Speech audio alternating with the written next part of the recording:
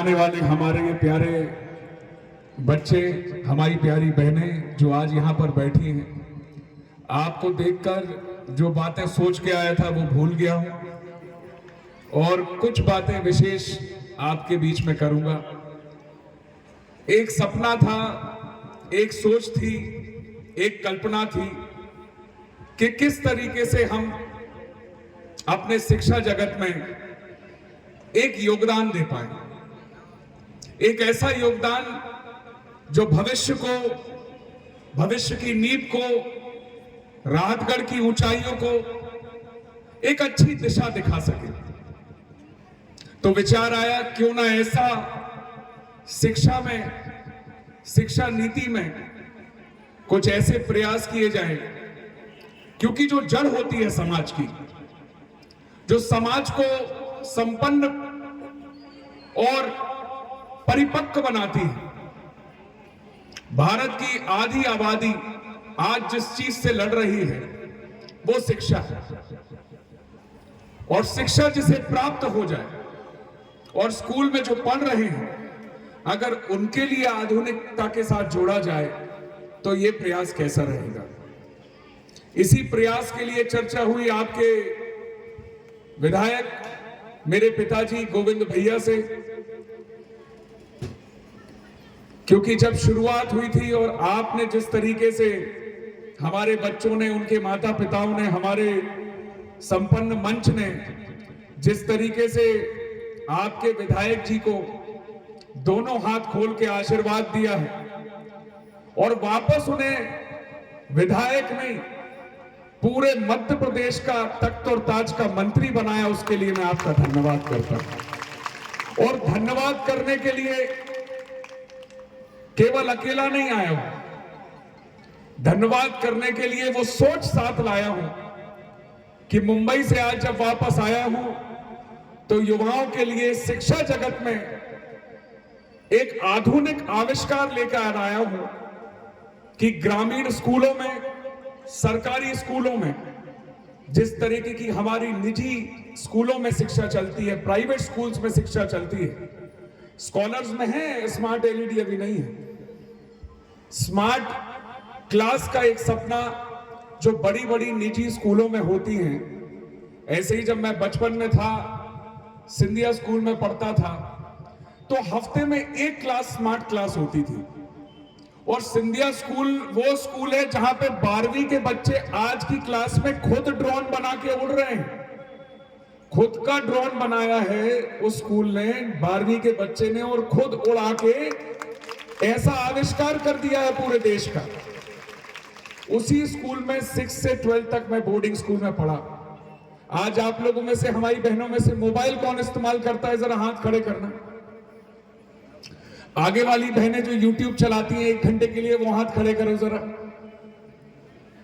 अब देखो, आप लोग तो आज आधुनिक भारत में हैं, आप लोग के पास मोबाइल जैसा स्मार्टफोन, आपका एक भाई जो हमेशा आपके साथ रहता है।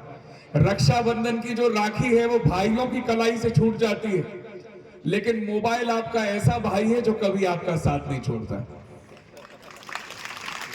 उसी मोबाइल जो आज आपको आधुनिकता से जोड़ने के लिए मिल गया है। जब हम छोटे स्कूल में पढ़ते थे तो हम लोग लैंडलाइन से एक फोन महीने में माता पिता को कर पाते थे, और उसके लिए भी एक लंबी कतार की सूची लगी रहती थी कि आज गुरुवार है, आज की तारीख में मैं मम्मी पापा से 5 मिनट के लिए बात कर पाऊंगा। और आज जब वो हफ्ते में एक क्लास होती थी, जब हम लोग स्मार्ट क्लास देखते थे, जब मोबाइल तो थे नहीं, तो बहुत उत्साहित होते थे। हफ्ते में एक क्लास होती थी, लेकिन पूरे हफ्ते इंतजार करते थे कि स्मार्ट क्लास लगेगी और हम सब लोग फिर वही आधुनिकता के साथ जो नई आविष्कार है वो देखेंगे। अब जब उस स्कूल में पढ़ के आगे निकला तो ग्रेजुएशन मेरी बैंगलोर से हुई। देश की number 1 college, bachelor of business management, Christ university, बहुत ही मैनेजमेंट का नंबर 1 यूनिवर्सिटी का उसे खिताब प्राप्त है, वहां पे मेरी पढ़ाई हुई। उसके बाद मेरे पिताजी का मानना था कि शिक्षा जगत में, शौक तो मेरा कलाकारी का भी आया, लेकिन पिताजी का मानना था कि मैं अपनी शिक्षा पूर्ण करूं। मैं ये बात इसलिए कह रहा हूं क्योंकि एक माता पिता का जो आशीर्वाद है, जो माता पिता से संस्कार आपको प्राप्त होते हैं, जो दिशा जीवन का अनुभव का वो आपको कराते हैं, वो विश्व की कोई भी गुरु आपको उसका परिचय नहीं करा सकता जो माता पिता आपको सिखाते हैं। मैं हमारी तमाम बहनों से एक अनुरोध करता हूं कि हमेशा माता पिता की सलाह और उनकी बात हमेशा माने, क्योंकि कोई भी माता पिता अपने बच्चों का बुरा नहीं सोचते। एक गरीब घर में पढ़ने वाली हमारी ऐसी बहन भी होगी जिसके माता पिता उसे अच्छी स्कूल में पढ़ाना चाहते होंगे, और अच्छी स्कूल में पढ़ाने के लिए क्या पता उसके पास इतनी राशि ना हो कि वो उसको निजी स्कूल में अच्छी शिक्षा दे सके। तो क्यों ना सरकारी स्कूलों में ऐसा प्रयास किया जाए कि जो निजी स्कूलों में बड़ी बड़ी एलईडी और स्मार्ट क्लासेस होती हैं, क्या वही सोच को अगर हम सरकारी स्कूलों में भी वो सोच, वो आधुनिकता और वो आने वाले बढ़ते भविष्य का सपना क्या हम सरकारी स्कूलों में पूर्ण नहीं कर सकते? उसी सोच के साथ आज ये नया प्रयास कन्या हाई स्कूल के लिए एक ये विशेष smart class interactive board 3 lakh की लागत से आपकी स्कूल को ये मैं प्रदान कर रहा हूं, ताकि आपकी शिक्षा के लिए इसमें 1 से 12वीं तक सीबीएसई की पूरी बुक इंस्टॉल्ड है, 1 से 12वीं तक एनसीईआरटी की पूरी बुक्स इंस्टॉल्ड है। यूट्यूब के माध्यम से आप 9 से 12 तक कोई भी आपके सब्जेक्ट्स, चाहे केमिस्ट्री हो, चाहे बायोलॉजी हो, चाहे फिजिक्स हो, उसके 3D प्रैक्टिकल्स भी, अगर आप देखेंगे केमिस्ट्री में एक ऐसा चैप्टर होता है जिसमें आपका एक अगर कोई क्लोराइड मिलाते हैं तो उसमें पिंक और पेपर पर्पल हो जाता है, ऐसा है क्या? नीला और पर्पल पिंक हो जाता है। और एक ऐसा फिजिक्स में क्लास होती है कि जहां से रेस पास होती हैं तो रेस में प्रिज्म से टकराती हैं, प्रिज्म से, तो त्रिकोण आकार का वो प्रिज्म उसे रेनबो बना देता है। तो ये सारे प्रैक्टिकल्स इस एलईडी में प्री इंस्टॉल्ड है। उसके साथ साथ गूगल के माध्यम से एमपी बोर्ड की पूरी किताबें और उसकी पीडीएफ डाउनलोड करके कंप्यूटर से इस इंटरैक्टिव बोर्ड को कनेक्ट करके जो हमारे शिक्षक गण आज यहां उपस्थित हैं, यहां 30 शिक्षक गण हैं, और आप लोगों की एक बहुत बड़ी जिम्मेदारी बनती है इस स्कूल की, क्योंकि आप आने वाली हमारी बहनों की सोच का आविष्कार कर रही हैं, इन लोगों को ज्ञान प्रदान कर रही हैं। और कहा जाता है कि अगर महिला और हमारी बहन अगर अच्छी शिक्षित हो तो परिवार में पूरे लोगों को परिपक्व शिक्षित बना देती है। और हमारी बहनों से मैं यही अनुरोध करता हूं कि हमारी बहनें सपने देखने में कोई कमी ना रखें। ये एक छोटा सा प्रयास आपको आधुनिकता से जोड़ने के लिए, एक छोटा सा प्रयास इसीलिए क्योंकि हम तो प्रयास कर सकते हैं, लेकिन आपके माता पिता, आपके शिक्षक आपको अपने पैरों पे खड़ा करके ज्ञान का वो भंडार आपके अंदर पैदा कर सकते हैं कि आप सही रास्ते पे, सही खोज के लिए, सही सपनों के लिए सही दिशा में उड़ान भर सके। और यही आविष्कार करने के लिए एक छोटा सा नन्ना मुन्ना लड़का जो डैनी भैया ने छोटे में देखा था, जो मोटा था, और मैं टॉफी खिलाने नहीं समोसे खिलाने ले जाता था डैनी भैया, मैं खाता था 10 समोसे। 9th क्लास में हमारी कौन सी बहन है? हाथ खड़ा करो जरा, आप खड़ी हो, आपका क्या नाम है? हाँ, तस्लीम। तस्लीम जब से हमें देख रही है बहुत गौर से। तस्लीम कौन सी क्लास में हो आप? क्या बनना चाहती हो बड़े होके? लेकिन एक सपना जो आप हमेशा देखती हो, डॉक्टर बनना चाहती हो। तस्लीम के लिए जोरदार तालियां बजाएं। तस्लीम, स्वामी विवेकानंद जी का कहना था कि अगर हम अपने आप को बहुत सारे सपनों में बांधते रहेंगे तो हम कहीं नहीं पहुंचेंगे, लेकिन सपना अगर एक दिशा में देखा जाए और पूरा समय, पूरी आत्मा और पूरा शरीर, पूरे मनोविज्ञान के साथ, अपनी जिज्ञासा के साथ अगर उसमें लगा दोगे तो वो सपना दूर नहीं है कि तुम अपने सपने को पालोगे। और स्वामी विवेकानंद जी ने यह भी कहा कि जितना बड़ा आपका संघर्ष होगा, जितना बड़ा आपका संघर्ष होगा, जीत उतनी ही आपकी शानदार होगी।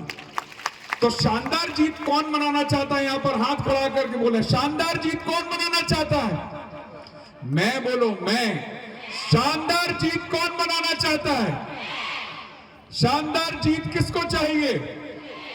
बहुत बहुत धन्यवाद। यही उत्साह आपके अंदर निरंतर रहना चाहिए। और इसी उत्साह के साथ जब मैं 9वीं क्लास में था तो 100 किलो का वजन लेके सपना देखता था कि मुझे हीरो बनना है। मेरे आसपास वाले मित्र, जैसे आप हंस रहे हैं, ऐसे हमारे मित्र भी हमें देख के हंसते थे कि ये हाथी जैसा शरीर, सफेद गोरा हाथी बोलते हैं मुझे, व्हाइट एलिफेंट, क्योंकि हिंदी तो कोई बोलता नहीं था, तो सफेद एलिफेंट, वो देखो सफेद एलिफेंट। मुझे दुख भी होता था, लेकिन धीरे धीरे आप लोगों में से भी आपके दोस्त होंगे जो आपका मजाक उड़ाते हैं। और स्कूल समय की दोस्ती ऐसी दोस्ती होती है जो कृष्ण और सुदामा की होती है, जो रामचंद्र जी और हनुमान जी की होती है। क्योंकि आज आपको आपके मित्र जरूर लग रहे होंगे कि हमारा मजाक उड़ाता है, लेकिन जब 12th पास करने के बाद आप यहां से निकलेंगे तो आपको इन्हीं दोस्तों की रोज याद आएगी। क्योंकि रोज टिफिन में खाना कौन लेके आता था, रोज मेरी चोटी खींच के परेशान कौन करता था, क्लास में मजाक उड़ाता कौन था, आज वही मैं अनुभव करता हूं और उन्हीं दोस्तों का धन्यवाद करता हूं। और आज वो मुझे बोलते हैं कि यार मान गया, तू सफेद हाथी था, लेकिन तेरा कॉन्फिडेंस उस समय भी हीरो जैसा था, तेरा सपना उस समय भी हीरो बनने का था, और आज जब तूने पा लिया है, आज तुम यहां पहुंच गए हो, तो मैं उस सोच को सलाम करता हूं। तो आपको भी मैं वही सोचने कह रहा हूं। जब एक 9th क्लास का 100 किलो का मोटा हाथी ये सपना देख सकता है हीरो बनने का, जिसे अपने मित्र लोग, अपने माता पिता को भी मैं स्वीकार नहीं करा पाया कि मैं हीरो बनना चाहता था। फिर 1 साल का समय में पूरी शिक्षा करने के बाद, मैंने कहा था जब मैं बैंगलोर गया, उसके बाद फिर मैं मुंबई गया। मुंबई में मैंने अपना MBA पूरा किया, और MBA करने के बाद 1 साल मैंने अपने माता पिता से अनुमति ली थी कि मैं मुंबई जाऊं और अपने सपने को जीना चाहता हूं। क्योंकि जीवन भर एक सपने को दबाना, और अपने सपने को अगर आप पूर्ण नहीं करते तो जीवन भर वो जिज्ञासा रहती है कि अगर यार हम माता पिता अगर हमें मुंबई भेज देते तो हम हीरो बन जाते। और उस गलत फहमी में मैं भी नहीं जीना चाहता था कि मैं हीरो बनने लायक था या नहीं। लेकिन कृपा बरसी 2016 का वक्त, जब मैंने पिताजी से ये समय लिया था, और जाते साथ ही कोई लश्कर और गाड़ी घोड़ा बंगला कुछ नहीं, पिताजी ने 8 कमरों वाला एक, ऐसा नहीं होता, एक कमरे में 8 लोग रुके रहते थे, एक पतला सा बिस्तर मुझे दिया। इसीलिए दिया कि उसे लगे कि दूसरे दिन इसका सपना ये भूल जाए और वापस आ जाए। क्यों? जब समाज में देखेंगे कि कैसे लोग रहते हैं तो उस देख के वापस आ जाए। लेकिन अपने सपने तो बुलंद थे, सोच के रखा था कि अगर बैठने को बिछाने को दरी भी मिलेगी तो स्वीकार है, लेकिन सपने को जी के और पूर्ण करके ही वापस आऊंगा। तो झोला लेके चल पड़े, और हर दस्तक पर, चाहे अपना यशराज हो, चाहे अपना कोई भी प्रोडक्शन हो, हर जगह खटखटा के अपना रोल मांगना चालू। 3 महीने के अंदर, जब दिन और रात कहते हैं ना, किसी चीज को पूरे दिल से चाहो तो पूरी कायनात तुम्हें उस चीज से मिलान देती है। और अगर ऐसा ना हो तो पिक्चर अभी बाकी है मेरे दोस्त, पिक्चर अभी बाकी है। और वही पिक्चर में काम मिला अक्षय कुमार के साथ, टॉयलेट एक प्रेम कथा में पहली बार रिपोर्टर के किरदार में काम किया। उसके बाद कलर्स पे करम फलदाता शनि में राजा मनु, धरती का पहला प्राणी का रोल मिला। उसके बाद सोनी टीवी के 500 करोड़ का सबसे बड़ा धारावाहिक इतिहास में जो शो बना था पोरस, उसमें सिकंदर के मित्र की भूमिका में, सिकंदर कौन, जो विश्व विजेता था, दुनिया जीत के निकला था लेकिन भारत से हार गया था, उसी सिकंदर के मित्र की भूमिका में 1.5 साल तक काम किया। उसके बाद मिर्जापुर वेब सीरीज में, आश्रम वेब सीरीज में काम करने के बाद मुझे लगा कि मुझे अपना सपना पूर्ण करने के लिए वो समय मिल गया है। फिर धीरे धीरे जब आप आगे बढ़ने लगते हो और आपके ऊपर अपने परिवार की जिम्मेदारियां बढ़ती रहती हैं। मेरा परिवार मेरे केवल माता पिता नहीं, मेरा परिवार सुर्खी का हर एक युवा है, हर एक हमारी बहन है जो आगे बढ़ने का सपना देखती है। और आज जब आप अपने सपने को पूर्ण कर सकते हो तो मैं वापस आया, केवल इसीलिए नहीं आया था कि चुनाव का समय है और चुनाव पूर्ण करने आया। 2018 में आपके जिम्मेदारियों ने, आपके प्रेम ने मुझे ऐसा बांधा, इन भाइयों ने मंच पे हमें ऐसा पकड़ा कि वापस उड़ने का सपना आकाश में खत्म हो गया, वापस धरती पे लाकर यहीं पर सुर्खी विधानसभा में अपने रंग में ढाल लिया। और आज हम भी बुंदेलखंडी बन गए, आज हम भी बुंदेलखंडी बोलने लगे, आज हम भी आपकी खुशी में खुशी होने लगे, आज आपकी राई में, आपकी बधाई में हम भी नाचन लगे। और नैना बंद लागे, नैना बंद लागे रहियो रे, जोड़ी बंद लागे रहियो रे। ऐसी जोड़ी आप लोगों ने बना दी है कि अब आपका भाई अपनी बहनों के साथ यहीं पर रहेगा और अगला रक्षाबंधन भी हम साथ बनाएंगे। राजकुमार भैया, आप सब लोग यहाँ पर आए, अब हम सब लोग प्रस्थान करके यहाँ पे आधुनिक शिक्षा का उद्घाटन करेंगे। और आपकी जो एक सोच है और हमारे राजकुमार भैया ने जो यहाँ पर एक प्रस्ताव दिया है कि 4 बिल्डिंग का, 4 रूम का अतिरिक्त कक्ष यहाँ पे जो मांग हुई है, देखो निश्चित तौर पे जो आप मांगोगे और जो शिक्षा के हित में रहेगा, उसके लिए आकाश का अगर सर कट जाए फिर भी धड़ आपके लिए लड़ता रहेगा। और आज जब ये फरमाइश आई है कि हमारी बहन को दरी बिछाकर यहां पढ़ना पड़ता है, तो हम अनुरोध करते हैं हमारे जिला शिक्षा अधिकारी, एक बार खड़े हो जाइए सर आप। ये वादा सभी बहनों से करके जाना पड़ेगा कि मार्च में हम ऐसी राशि यहां भेजेंगे कि यहां पे जो भी प्रस्ताव होगा 4 कक्ष का आपके लिए नए निर्वाचित आपके लिए कमरे नियुक्त हो जाएंगे हमारी सभी बहनों के लिए, कि आपकी शिक्षा में कभी रुकावट ना आए, उसके लिए हम निरंतर प्रयास करते रहेंगे। आकाश भैया ने जो मांग रखी है वो 100% पूरी होगी। अभी 2 स्कूल जो मांग रखी थी वो पूरी कर दी है मैंने, ये भी पूरी हो जाएगी 100%। इन्हें हम इसलिए लेके आते हैं, जोरदार तालियां बजाओ। हमने क्या कहा, शिक्षा के सर्वो सर्वा हमारे साथ है तो हमारी शिक्षा पीछे क्यों रहेगी। हम होंगे कामयाब एक दिन, मन में है विश्वास, बस वो विश्वास जगाना आना चाहिए। बहुत बहुत धन्यवाद, आप सब लोग ने मुझे सुना, आप सब लोगों ने समय दिया। और जितने भी YouTube कौन कौन चलाना जानता है, जानता कौन कौन है, हाथ खड़े कर लो।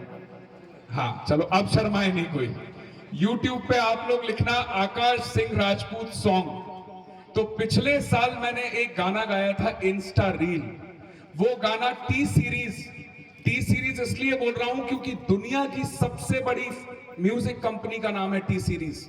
मैंने कोरोना समय जब यहीं पे था तो बैठे बैठे अपने दोस्तों के साथ हारमोनियम बजा के गाना चालू कर दिया, और गाना बनाते बनाते इतना सुंदर निकल आया कि लगा कि गाने को थोड़ा सा कंपोज किया जाए। फिर 2-3 मित्रों के साथ बैठ के कोरोना समय उसको कंपोज कर दिया। कंपोज कराने के बाद लगा कि यार किससे मिले, टी सीरीज से मीटिंग करनी है। तो वहां हमारे प्रोड्यूसर साहब थे पंजाब से, वो लगे रहे, कह रहे टी सीरीज से तो समय ही नहीं मिल रहा, टी सीरीज वाले तो मिलने ही नहीं चाह रहे। अब मैं यहां पे था, मैंने कहा चलो प्रयास करते हैं। तो प्रयास करके वहां पे कोई ऐसा अनुभव मिला, कोई नीचे देखा रणबीर कपूर लोग ऊपर जा रहे हैं, सब लोग जा रहे हैं। तो हमने फोन पे बात करी, हमने बोला सर बहुत ही इंपॉर्टेंट काम है हमें, हम दुबई से आए हैं और आपके लिए कुछ लेकर आए हैं। तो उनने दुबई नाम सुना तो ऊपर बुला लिया, और दुबई नाम सुन के जब ऊपर तो बुला लिया, वो तो मुझे पहचानते थे, तो कहते अरे मैं आपको जानता हूं। मैंने कहा सर आप मुझे जानते, बस 1 मिनट दे दीजिए। 1 मिनट का टाइम राज चन्ना सर ने दिया, और 1 मिनट के अंदर मैं वो स्वीकार पत्र लेके आया कि टी सीरीज का गाना इंस्टा रील टी सीरीज से रिलीज हुआ। ये मैं क्या कह रहा हूं, केवल आपकी 1 साल की मेहनत, आपके अगर सपने में रंग होंगे, आपके सपने में जान होगी, अगर आप अपने सपने को देख पा रहे हैं कि मैं कहां पहुंच रही हूं, अगर आज तस्लीम देख रही है कि वो कान में वो लगाई हुई है और इलाज कर रही है और आज ही इलाज करना चालू कर दिया है, तो निश्चित तौर पे हर हमारी बहन का सपना पूर्ण हो सकता है, चाहे वो कलेक्टर का हो, अधिकारी का हो, राजकुमार जी जैसा सपना हो, या जिला अध्यक्ष बनने का सपना, या मेरी तरह एक नई उड़ान के लिए नए आविष्कार करने का आपका सपना हो। निश्चित तौर पे आप जीवन में सफल हो, ऐसी कामना के साथ मैं आप सबका धन्यवाद करता हूं। आपका प्यार देख के मैं आपका आभारी हूं। आप सबका बहुत बहुत धन्यवाद। जय हिंद, जय भारत।